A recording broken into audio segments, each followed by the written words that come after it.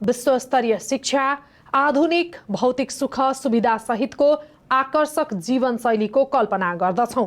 अहिले पनि नेपाली विद्यार्थीहरूका लागि आकर्षक शैक्षिक गन्तव्य मध्येको प्रमुख देशमा अस्ट्रेलिया नै पर्दछ। तर हजारौं नेपालीको सपना बनेको त्यही अस्ट्रेलियाको चमक भित्रबाट अहिले एउटा हृदय विदारक घटना बाहिर आएको छ। त्यो पनि एक नेपाली विद्यार्थीको। एक नेपालीको शव सिडनीको सहरको सुरुङमा भेटिएको घटनाको मर्मस्पर्शी कथा सार्वजनिक भएको छ, जहाँ लाखौं मानिसहरूले यात्रा गरे तर महिनौसम्म पनि उनको शव कसैले पनि देखेनन्। यो एउटा लामो अध्ययनपछि बेलायती पत्रिका द गार्डियनले प्रकाशन गरेको छ। मकवानपुर घर भएका 32 वर्षे विक्रम लामा कम्प्युटर साइन्स पढ्ने उद्देश्यसहित अस्ट्रेलिया पुगेका थिए। उनी समयसँगै सङ्घर्षको गहिराईमा डुब्दै गए। अन्ततः अवस्था यस्तो आयो कि उनी सडकमा पुगेर सिडनीको सेन्ट जेम्स सुरुङभित्र रात बिताउन बाध्य भए। अनि एक दिन त्यही सुरुङभित्र उनको जीवनको अन्त्य भयो, त्यसरी कि कसैले थाहा नै पाएनन्।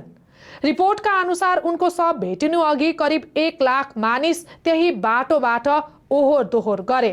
व्यस्त सहरको भिडभाडका बीच एउटा जीवन चुपचाप समाप्त भयो, तर कसैले ध्यान दिएन। मृत्युको त्यो क्षणमा उनी कति पीडामा थिए, कति डराएका थिए, त्यसको साक्षी कोही पनि बनेन। द गार्डियनका अनुसार स्थानीयहरूले उनलाई बर्डम्यान भनेर चिन्थे, किनकि उनी त्यहाँका परेवालाई चारो खुवाउँथे। तर जसलाई सबैले चिनेका थिए, उनको अन्तिम अवस्था भने कसैले देखेनन्। डिसेम्बर 7 मा अन्ततः स्टेसनका कर्मचारीहरूले उनको शव फेला पारे। त्यति बेला शरीर यति सडिसकेको थियो कि पहिचान गर्न पनि डिएनए परीक्षण गरेर नेपाल पठाउनु पर्यो। यो घटना केवल एउटा व्यक्तिको मृत्यु मात्रै होइन, विकसित समाजभित्रको गम्भीर प्रश्न हो। यसबाट अस्ट्रेलियामा नै बहस सृजना भएको छ कि मानवता कहाँ हरायो, सामाजिक सुरक्षा प्रणाली किन असफल भयो। सेन्ट भिन्सेन्ट्स घरबार विहीन स्वास्थ्य सेवाकी नर्सिङ युनिट म्यानेजर एरिन लङबोटमका अनुसार उनी प्रणालीको प्वालबाट खसेका, डराएका वा पूर्ण रूपमा असहाय व्यक्ति थिए, मानव उनी अदृश्य थिए। विक्रम जस्ता धेरै आप्रवासीहरू जसले भिजा स्थिति गुमाउँछन् वा स्थायी बसोबास पाउँदैनन्, उनीहरू आधारभूत सेवा, आवास, स्वास्थ्य सेवा, आर्थिक सहयोग सबैबाट वञ्चित हुन्छन्। अन्ततः उनीहरू सहरको भिडभाडमै हराउँछन्, जहाँ कसैले उनीहरूको पीडा देख्दैन। द गार्डियनले लेखेको छ, करिब 1 हप्तासम्म उनको निर्जीव शरीर हाइड पार्क मुनि रहेको उक्त व्यस्त सुरुङको झाडीमा बेवारिसे अवस्थामा रह्यो।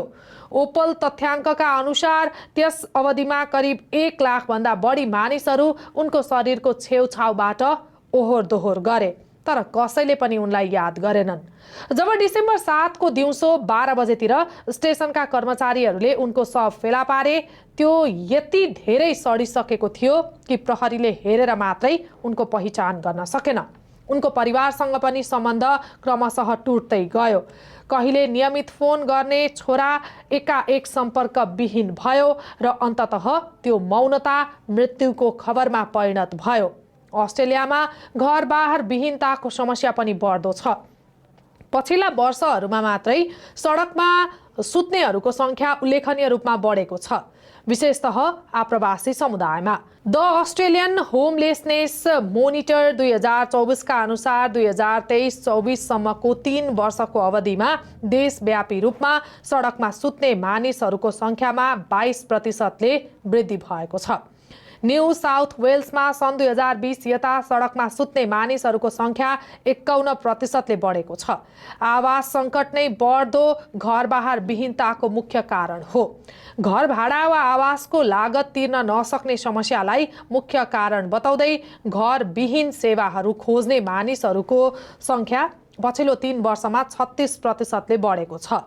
अधिकांश एजेन्सीहरूले सहयोग माग्नेहरूको सङ्ख्या उल्लेखनीय रूपमा बढेको र सन् 2019-20 यता मासिक केस लोडमा 12% वृद्धि भएको रिपोर्ट गरेका छन्। क्षमताभन्दा बढी माग आएपछि एजेन्सीहरू घर विहीनता रोकथामका कार्यक्रमहरू कटौती गर्न बाध्य भएका छन्। अस्ट्रेलियामा करिब 1,22,000 मानिस घरविहीन छन्, जसमा आप्रवासी र शरणार्थीहरूको सङ्ख्या निकै उच्च छ।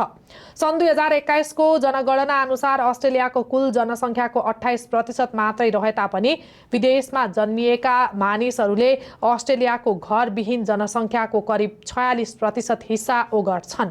यो कथा केवल विक्रम लामाको होइन, यो त हजारौं अदृश्य मानिसहरूको कथा हो जो भिडभाडको सहरमा बाँचिरहेका छन् तर कसैको नजरमा पर्दैनन्।